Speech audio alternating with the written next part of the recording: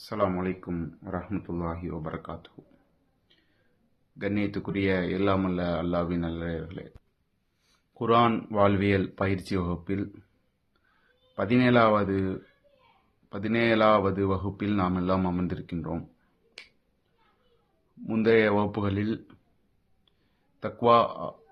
தக்வாவாதிகள் ஆவது எப்படி, தக்வாவாதிகள் ஆவதற்கு மெயினான ஒரு விஷயம் புறத்தை தவிர்க்க வேண்டும் என்றும், அதற்கு ஒரு சார்ட் போட்டு தந்தாங்க. அந்த புறத்தை எவ்வாறு தவிர்த்து கொண்டிருக்கின்றோம், அதனுடைய தவிர்த்திருக்க எவ்வளவு கஷ்டப்படுகிறோம் என்ற செயலை நாம் பார்த்து வந்தோம்.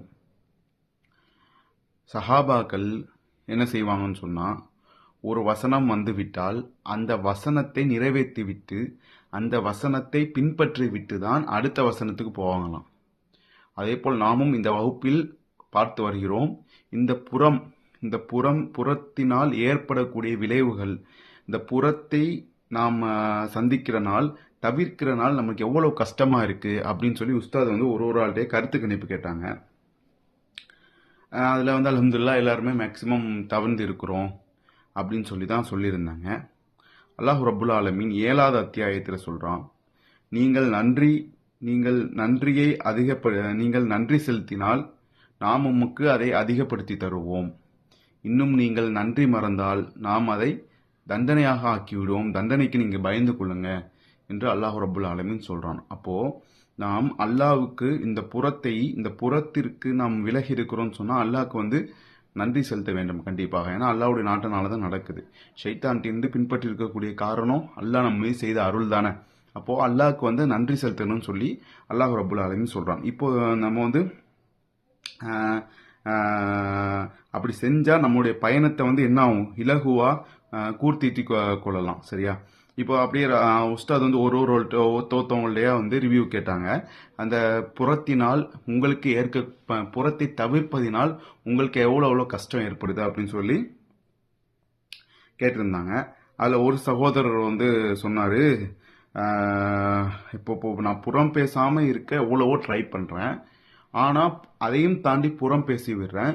அப்ப இதனால் நான் முத்தக்கீன்களாக ஆவது எனக்கு பாதிச்சு விடுமோ, இப்போ அந்த முத்தக்கீனா என்னால் ஆக முடியாதோ என்று பெரும் கவலை என்னிடத்தில் இருக்கிறது என்று சொன்னாங்க. உடனே உஸ்தாத் அதுக்கு பதில் சொன்னாங்க. இப்போ நோன்பு நேரங்கள்ல 2 நபர்களுக்கு சண்டை வருது. அப்போ நோம்பாளி எப்படி தவிர்த்திருக்கணும், அவரு என்ன சொல்லுவாரு? இந்த சண்டை வரக்கூடிய நேரத்தில் நோம்பாளி என்ன சொல்லுவாரு? நான் நோம்பாளியாக இருக்கிறேன், நான் நோன்பு பிடிச்சிருக்கிறேன், நான் சண்டைக்கு வரமாட்டேன்னு சொல்லுவார். அப்போ இதுக்கு என்ன காரணம்? இதை நம்ம ஆழ்ந்து சிந்திச்சு பார்த்தா, இந்த நான் நோம்பாளி என்று அவருக்கு சொல்றாரோ இல்லையோ தனக்குத்தானே அவர் சொல்லிக் கொள்கிறார். இப்போ ஒரு சண்டை வருது, டக்குன்னு அவருடைய மனசுல நான் ஒரு நோம்பாளின்னு நினைச்சிட்டாருன்னு வைங்களேன், அந்த சண்டைக்கு அவர் போக மாட்டாரு, வீணான காரியத்துக்கு போக மாட்டாரு, வீணான காரியத்தை பேச மாட்டாரு. இப்படி அதே போல்தான் முத்தக்கின் ஆவதற்கும் நான் முத்தக்கின் ஆக வேண்டும் என்று தனக்குள் தானே போட்டுக்கணும்னு வைங்களேன், அந்த புறத்தெல்லாம் தூக்கி வீசிடும். இவர் பயப்படுறாருல, அந்த பயமே வராது. தமக்குத்தாமே அதை ஆள் மனதில் இறக்கி கொள்ள வேண்டும். நான் முத்தக்கீன் ஆவதற்கு முயற்சி செஞ்சு கொடுக்கிறேன், நான் முத்தக்கீன் ஆக வேண்டும் என்று ஆள் மனதிலே சிந்தித்து அதை ஏத்துக்கிட்டோன்னு வைங்க, இந்த புறங்கிற விஷயம் வராது. அந்த புறம் பேசக்கூடிய வாய்ப்பு இருக்காதுன்னு சொல்லி உஸ்தாத் சொன்னாங்க. இன்னொரு சகோதரி அழகாக கேட்டாங்க, புறம்னா என்னன்னு சொல்லுங்க உஸ்தாது. புறன்னே எனக்கு என்னன்னு தெரியல. ஏன்னா இன்னைக்கு புறம் எதுன்னே தெரியாம நான் பேசிட்டு இருக்கோம்ல, எது புறனே நம்மளுக்கு தெரியல. அழகான கேள்வி கேட்டேன், அதுக்கு உஸ்தாத் பதில் சொன்னாங்க. புறம் என்றால் என்னன்னா, ஒரு மனிதரை பத்தி பேசுறோம். இப்ப நானும் இன்னொரு சகோதரரும் இருக்கும், இன்னொரு சகோதரரை பத்தி பேசுறோம். என்ன பேசுறோம்?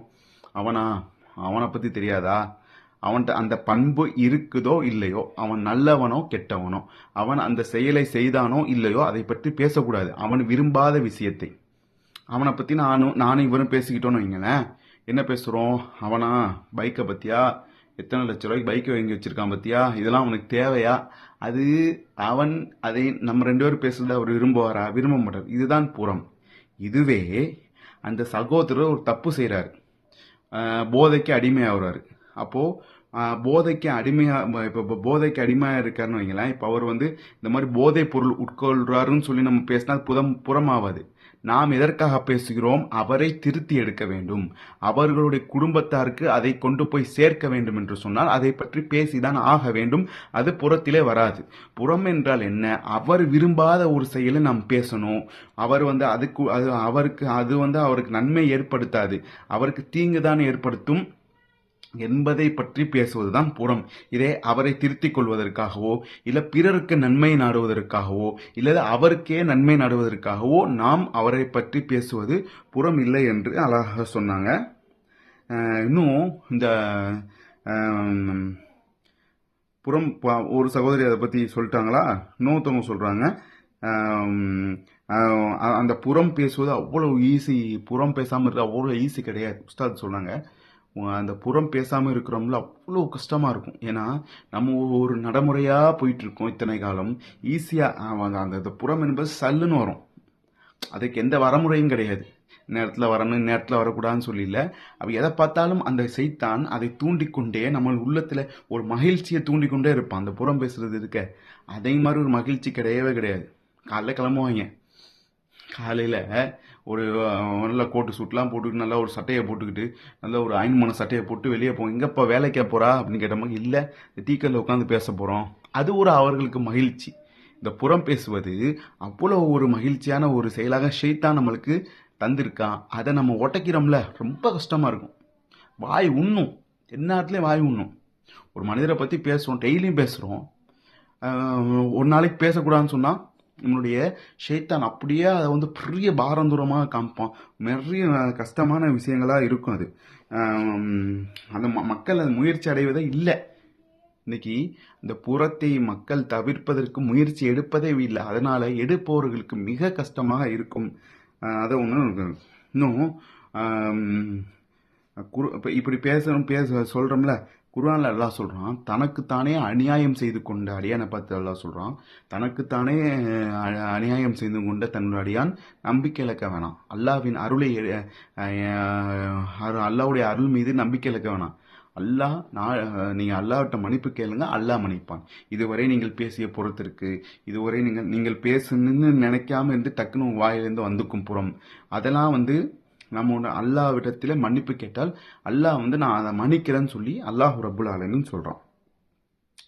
அடுத்ததாக ஒரு 4வது படிக்கக்கூடிய குழந்தை பேசிச்சு, இந்த கிளாஸ்ல இருந்து நான் புறம் பேசுறதே இல்லை, நான் புறம் பேசுறதை தவிர்த்துட்டேன் அப்படின்னு சொல்லி அழகான முறையில் அந்த பெண் குழந்தை சொன்னாங்க. உஸ்தாதும் அவருக்காக துவா செஞ்சாங்க. நீங்கள் தான் இந்த கிளாஸ்ல முன்மாதிரி என்று சொல்லி அந்த பிள்ளையை ஊக்குவிக்க செஞ்சாங்க. இன்ஷா அல்லாஹ் அல்லாஹ் ரப்புல் ஆலமீன் அந்த குழந்தைக்கு மென்மேலும் அருளை கொடுக்கட்டும். இன்னொரு சகோதரி அழகான ஒரு விஷயத்த சொன்னாங்க.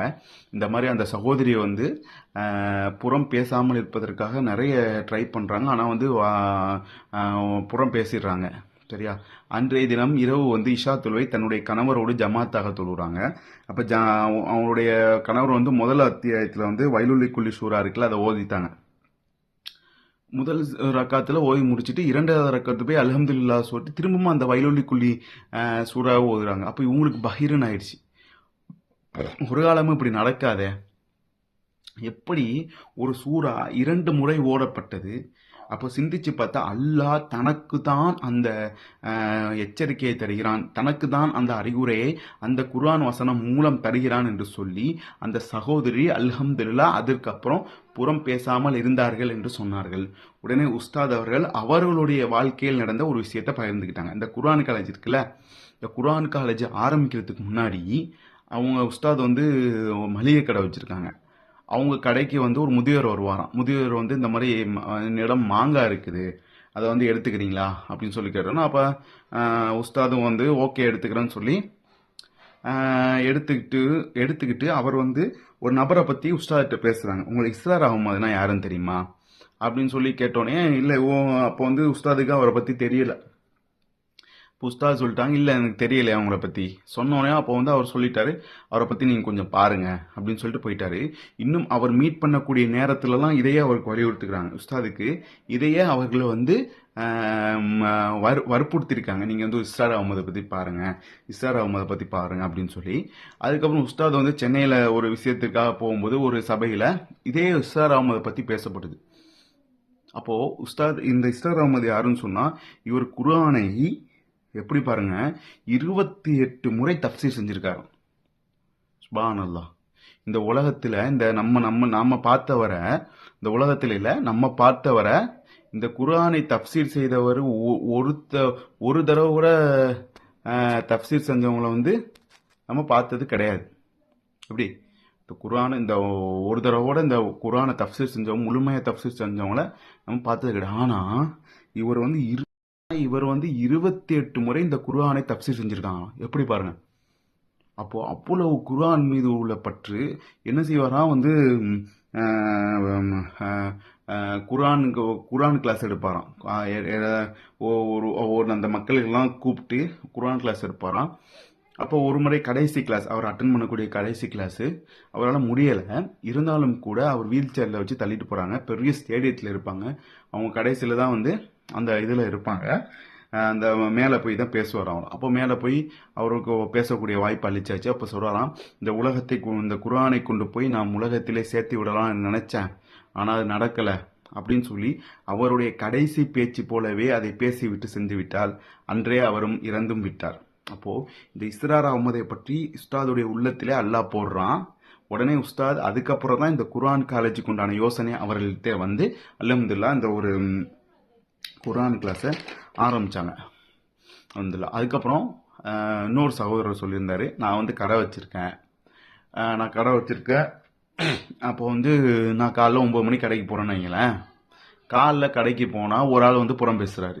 சரி, ஓகே, அவர்கிட்ட தவிர்த்துட்டு இருந்துடுறேன். திரும்ப இன்னும் கொஞ்ச நேரம் போது இன்னொரு ஆள் வர்றாரு. இன்னொரு ஆள் அதையும் புறம் பேசுறாரு. திரும்ப இன்னும் கொஞ்ச நேரம் ஆகுது. இன்னும் கொஞ்ச நேரமும் புறம் பேசுறாங்க. அந்த சகோதரரையே மறக்க வச்சு அவர் காலைல டாஸ்கோட போவாராம். இன்று நாம் புறம் பேசக்கூடாதுன்னு போவாராம். அந்த சகோதரருடைய டாஸ்கே மறக்க வச்சு அவரை புறத்தில் வீழ்த்தி விடுகிறாங்க. அதனால என்ன செய்யணும் சொல்றாரு, நாம ஒரு இடத்துலையும் நாம் புறம் பேசக்கூடாதுன்னு தாவாவை சொல்லணும். இப்போ நான் போறேன், ஒரு ஆள் புறம் என்னிடம் ஒரு ஆளை பத்தி பேச தூண்டுறாரு, புறம் பேச தூண்டுறாரு. நான் என்ன செய்யறேன், அவர்கிட்ட நான் தாவா பண்ணாம நான் சும்மா விளைவுறேன்னு வைங்களேன். சரிப்பா நம்ம அப்புறம் பேசுவோம் நான் அனுப்பிடுவேன். திரும்ப பேசுவார் அவர். இதே பாய் நம்ம புறம்லாம் பேசக்கூடாது, அதை மார்க்கம் தடுத்திருக்கு, அல்லாஹ் அதை தடுத்திருக்கான், மிக கம்மியான தண்டனை கிடைக்கும் அப்படின்னு சொல்லி அவர்கிட்ட தாவா பண்ணிட்டோன்னு வைங்க. தாவா கொடுத்து விட்டா திரும்ப அந்த பாய்ட்ட அவர் திருந்துறாரோ திருந்தவில்லையோ அது அல்லாஹ்வுடைய நாட்டம், நம்ம தாவா பண்ணிடணும். ஆனா நம்மிடம் திரும்ப வர மாட்டார். இவர்கிட்ட எல்லாம் போனா நம்ம புறம் பேச முடியாது, நம்மளுடைய அந்த ஜாலிய அடுத்தவங்களை பத்தி பேசி இது பண்ண முடியாதுன்னு சொல்லி வேற ஆளை தேடி போயிடுவாங்க. எனவே அடுத்தவர்களுக்கு தாவா செய்யறதும் பெரிய விஷயம். இதுல ஒரு கல்ல 2 மாங்காய் ஆயிரும். எப்படி, இப்ப நம்மளும் அந்த புறத்தை ஏற்றுக்கொண்ட மாதிரி ஆயிரும், பிறருக்கும் தாவா சொன்ன மாதிரி 2 இரட்டிப்பு நன்மை கிடைக்கக்கூடிய வாய்ப்பு ஆகிரும். இன்ஷா அல்லாஹ் புறத்தை தவிர்த்து வாழக்கூடிய நன்மக்களாக அல்லாஹ் ரப்புல் ஆலமீன் நம்ம ஆக்கி அருள் புரிவானாக.